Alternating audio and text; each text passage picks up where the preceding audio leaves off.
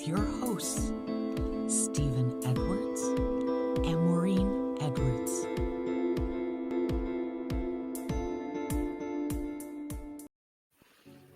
I wanted to talk a little bit about anxiety in,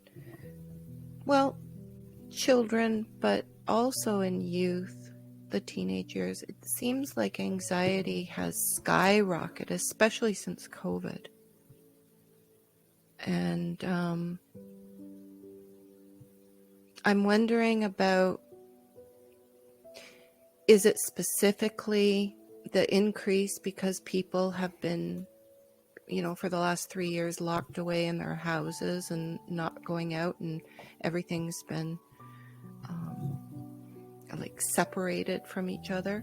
Or is it something that's always kind of been there, but we're just seeing sort of the ramifications of it because of the technology increase, and kids of younger and younger ages are on their phones or their iPads, and they're just not really engaging with people in the physical world, face to face? It's definitely both, among other things. We all have anxiety. That's a given. Typically, anxiety is there if you're talking about why it exists within us. It's to get us to do something when we're less likely to do it, or when we need to do it. If a bear is chasing us, we'll get anxious. That bear is going to eat me. Better run. But we don't really live in that society anymore. But anxiety doesn't go away. It's part of our DNA. And it is definitely more pronounced now, or at least in the last 10, 15 years, than I think it was in, let's say, your childhood. Mm-hmm. When you were growing up, did you see, I know there's been there's much more awareness on mental health, much more conversations happening. So that's something to consider. But did you see a lot of anxiety? Did you feel a lot of anxiety? Well, I as a child, I felt a lot of anxiety, but I would say that it wasn't as widespread as it is now, generally speaking. And I don't know if that's just because kids were out playing more. They were getting more fresh air. They had a lot more activity than kids do nowadays.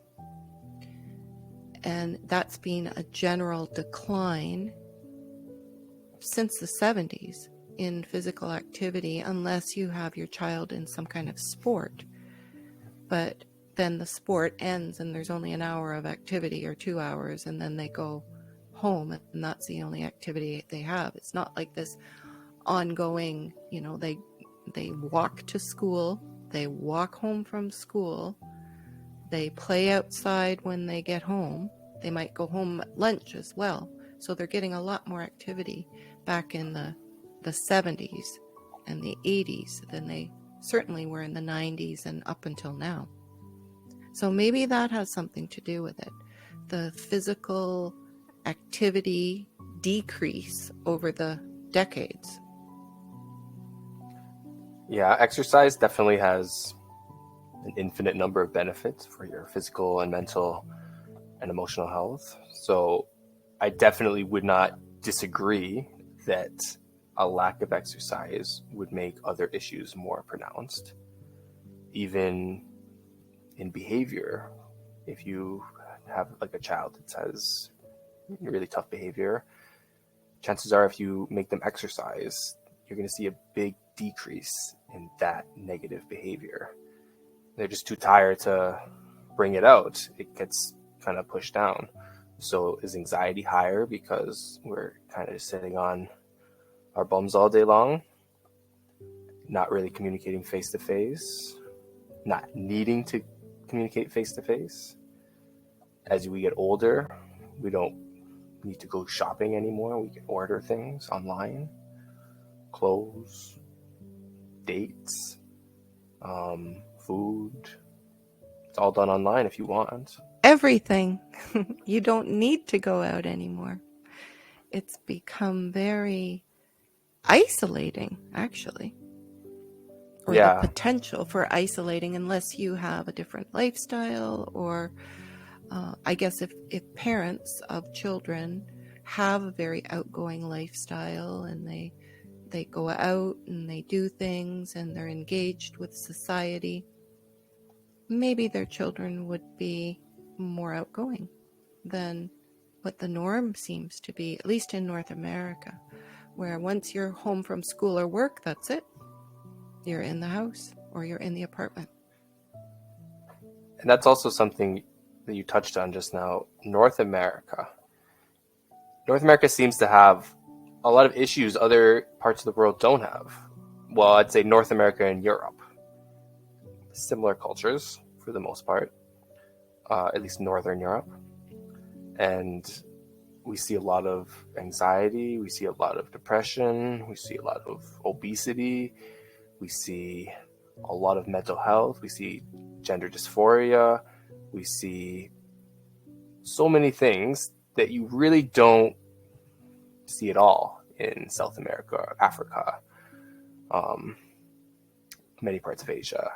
So why is it that all these are more pronounced in our society? Any thoughts?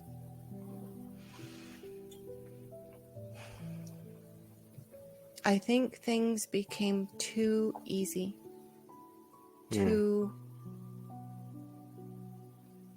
don't need to, you have a car that you can sit in and be transported from A to B. You have technology so that if you talk to people, you can do it on the phone. You don't have to go and meet them in a coffee shop or at an office building or at their house.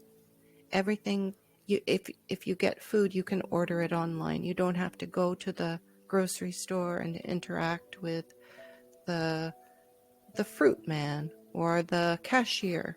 You can just have it delivered and left on your doorstep so that there's no interaction at all. So I think things, at least in North America, got too easy, too convenient, especially with all the technology. The technology has made everything very, very convenient. And so many times, especially like with exercise or moving your body, you have to have like a gym that you go to or an event before you will move your body. It's not just part of your everyday existence in living. Very good points.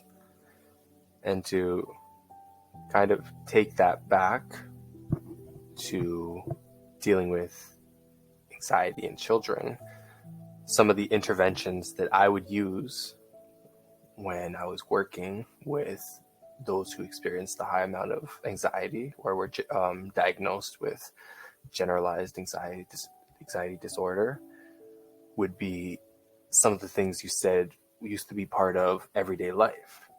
So for example, one kid, he had a lot of social anxiety and he had trouble going to school because his attendance was really bad because the entire thought of going to school stressed him out so much. He felt very anxious leaving the house, taking the TTC, the subway.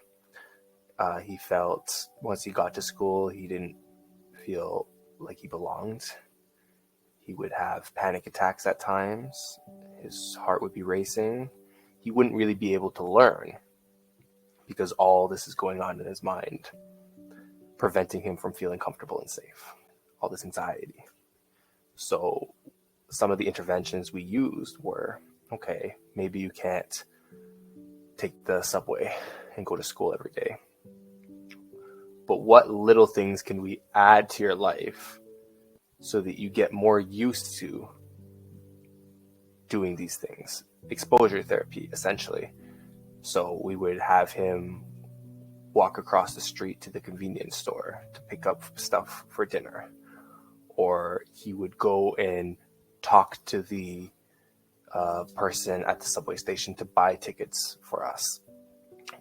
Little interactions to boost confidence and to make it more comfortable.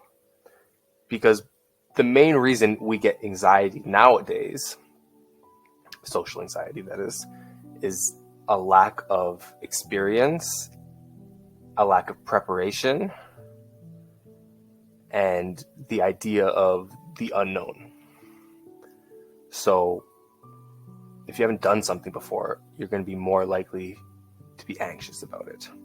If it's your first presentation in front of a class, it's going to be infinitely harder than your 100th presentation. It just gets easier the more you do it. So when you use exposure therapy, you could use it in the smallest samples.